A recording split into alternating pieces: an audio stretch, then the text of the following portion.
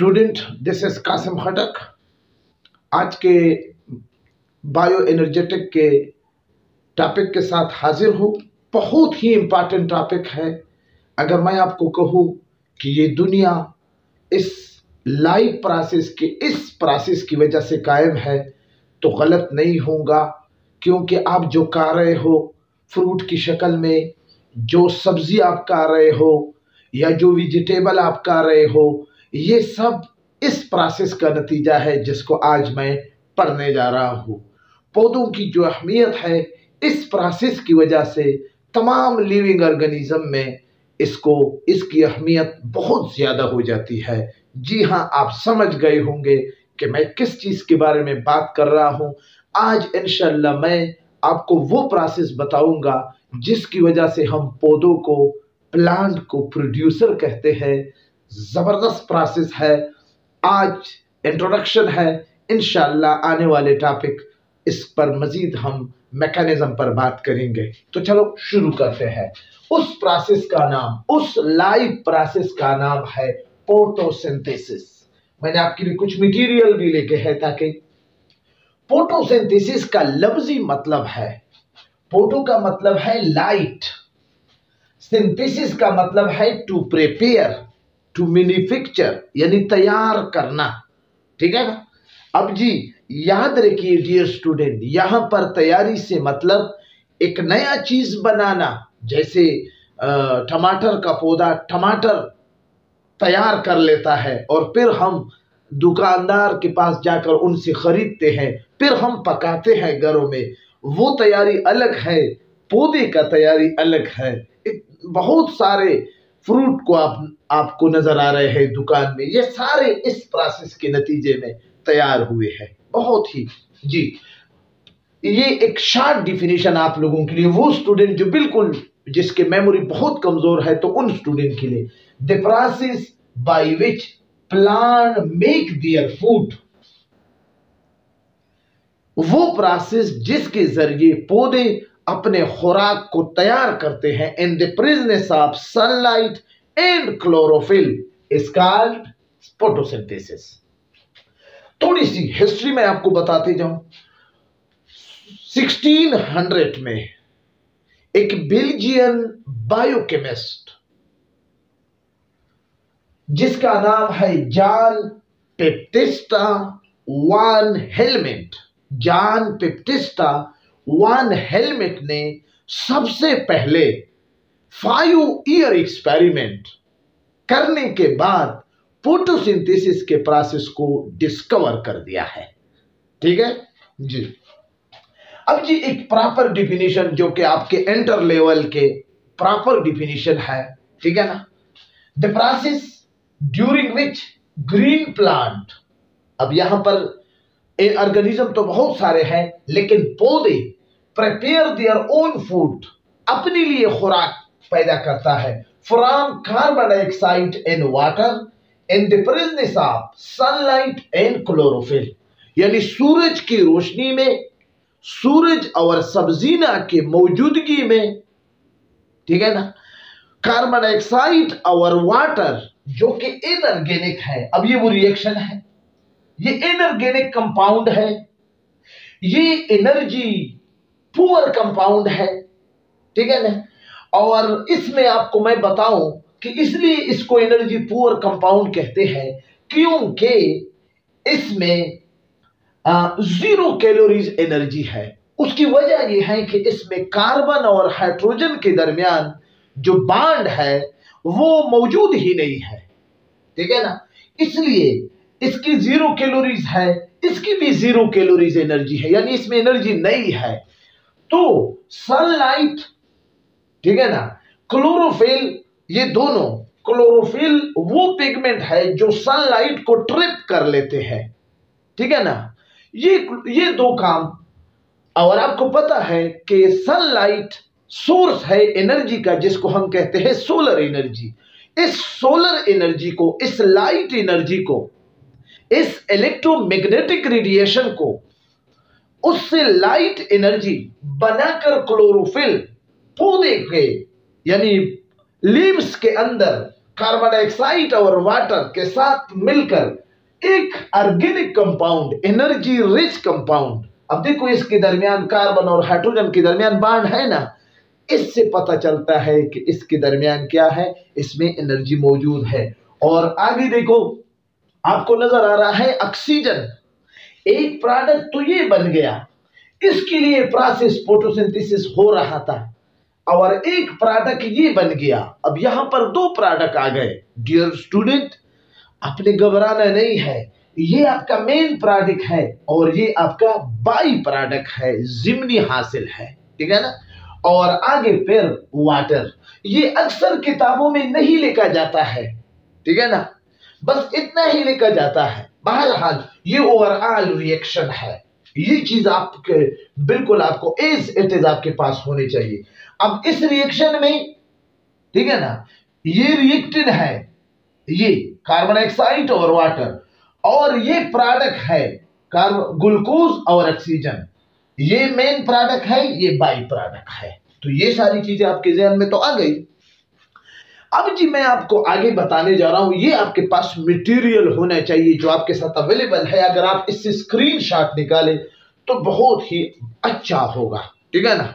अब इसके बाद मैं क्या कर रहा हूं, रॉ मटेरियल पर डिस्कस कर रहा हूं। आपको ये रिएक्शन नजर आ रहा है, ठीक है ना, ये रिएक्शन आपको नजर आ रहा है जी। अब मैं जी रॉ मटेरियल, शाबाश, रॉ मटेरियल क्या है। अब प्रोसेस ऑफ फोटोसिंथेसिस के प्रोसेस के लिए आपके पास चार चीजों का होना जरूरी है, ठीक है ना। वो चार चीजें इस रिएक्शन में मौजूद है, अगर आपको नजर आ रही है, ठीक है ना। अब सबसे पहले रॉ मटेरियल, किस मटेरियल को कहा जाता है जी। अब रॉ मटेरियल आपको the basic material from which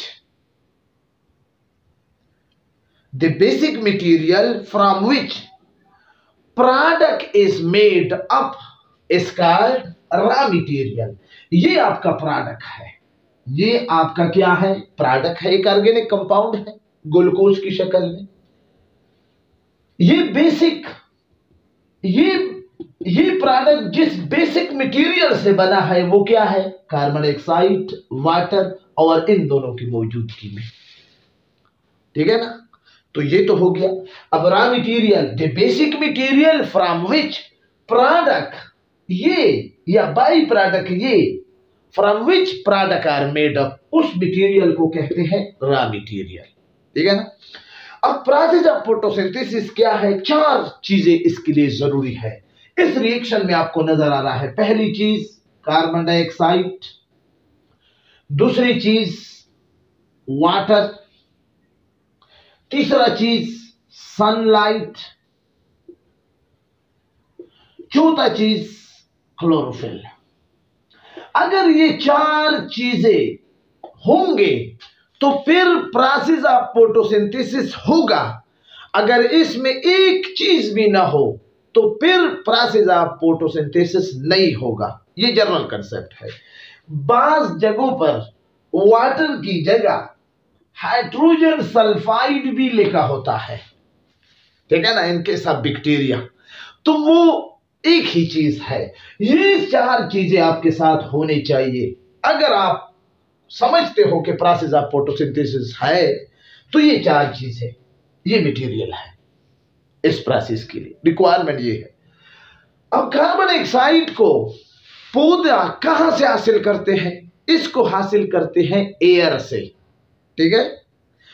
water को जमीन से हासिल करते हैं by the process of diffusion. Sunlight को जैसे नाम से जाहिर है सूरज से हासिल करते हैं। और क्लोरोफिल, पहले से प्लांट में एक कलर ग्रीन पिगमेंट मौजूद है पत्ते में, लीफ में, उसको हम क्लोरोफिल कहते हैं। यानी एक चीज पौधे के अंदर पहले से था, ठीक है ना, पिगमेंट मौजूद है, और जबकि तीन चीजें मुख्तलिफ जगहों से इकट्ठा होकर इस अमल को करते हैं। ठीक है, क्लियर हो गया? आपको समझ आ गया ये चार चीजें? क्लियर? ये रॉ मटेरियल। अब जी मैं आपको अमलन एक मिसाल के जरिए आपको समझाने जा रहा हूं। समझ तो आ गया ना जी? ये प्रोसेस ऑफ फोटोसिंथेसिस है और ये वो चार चीजें हैं। इनमें एक चीज भी कम हो तो फिर प्रोसेस ऑफ फोटोसिंथेसिस नहीं होगा।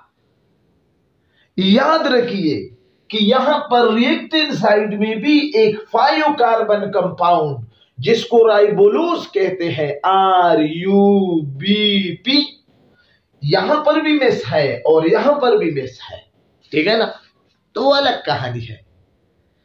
अब जी process of photosynthesis site plant में कहां पर वाक़ होता है? साइट, ये तो हो गया जी।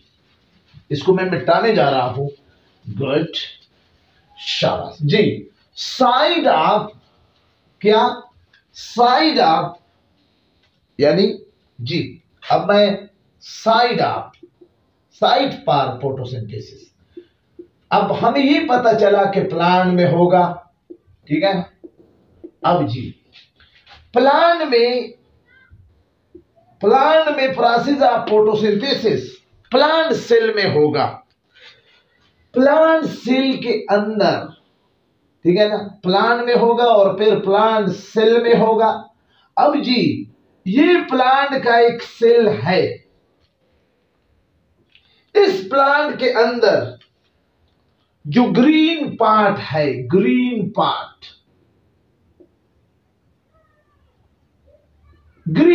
ऑफ द सेल या ग्रीन सेल, ठीक है ना, उस ग्रीन सेल को हम कहते हैं क्लोरोप्लास्ट। आपको पता है कि क्लोरोप्लास्ट, इस पर मैं लेक्चर अपलोड कर चुका हूं। इसको किचन ऑफ सेल कहा जाता है। यदि आपकी अम्मी घर में रोटी कहां पकाती है? किचन में, ठीक है ना? तो सेल के अंदर भी एक किचन मौजूद है। इस किचन को कहते हैं क्लोरोप्लास्ट। ठीक है? ये क्लोरोप्लास्ट डबल मेम्ब्रेन स्ट्रक्चर है। डबल मेम्ब्रेन स्ट्रक्चर है, नजर आ रहा है? आउटर मेम्ब्रेन, इनर मेम्ब्रेन, दोनों के दरमियान क्या है? स्पेस है। अब इस मेम्ब्रेन के अंदर ये आपको नजर आ रहा है सेमी सॉलिड पोर्शन है। सेमी सॉलिड पोर्शन है जिसको कहा जाता है स्टोरमा। ये आउटर मेम्ब्रेन,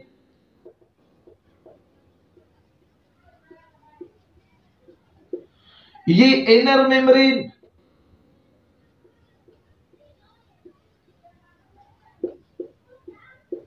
ये इंटर मेम्ब्रेन स्पेस।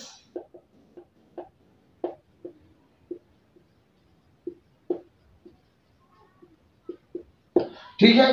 अब जी इस सेमी सॉलिड लिक्विड पोर्शन के अलावा इसमें आपको ग्रीन पिगमेंट इस तरह डिस्क शेप नजर आएंगे। इस तरह आपको डिस्क शेप नजर आएंगे। ठीक है? यहां पर भी आपको डिस्क शेप नजर आ रहे हैं। ठीक है? यहां पर भी आपको डिस्क शेप नजर आ रहे हैं।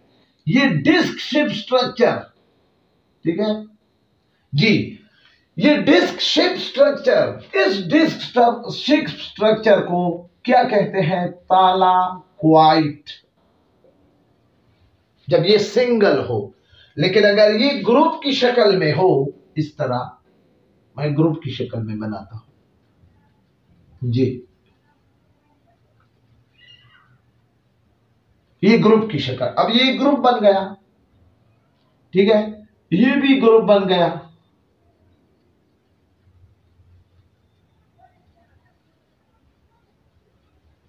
क्लियर? ये ग्रुप की शक्ल में, ठीक है ना, इस ग्रुप की शक्ल में जब ये सब मिल जाए तो इसको हम कहते हैं ग्रेना।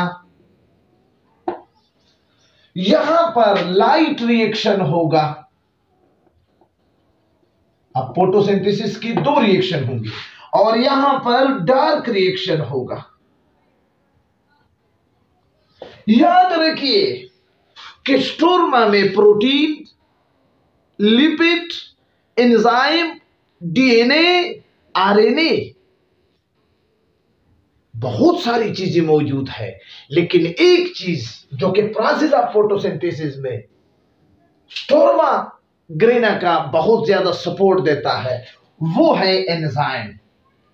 इसमें बहुत ज्यादा एंजाइम है, यानी वो एंजाइम जो प्रोसेस ऑफ फोटोसिंथेसिस में हिस्सा लेते हैं।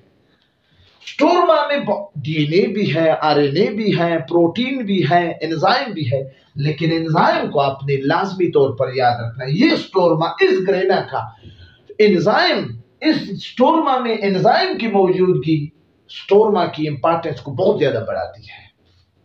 ये जब ये डिस्क शेप अलग हो तो इसको तलाक्वाइट, जब ये ग्रुप की शक्ल में हो तो इसको ग्रेना, और ये एक ग्रेना जब दूसरी ग्रेना के साथ अटैच हो तो फिर हम इसको क्या कहते हैं?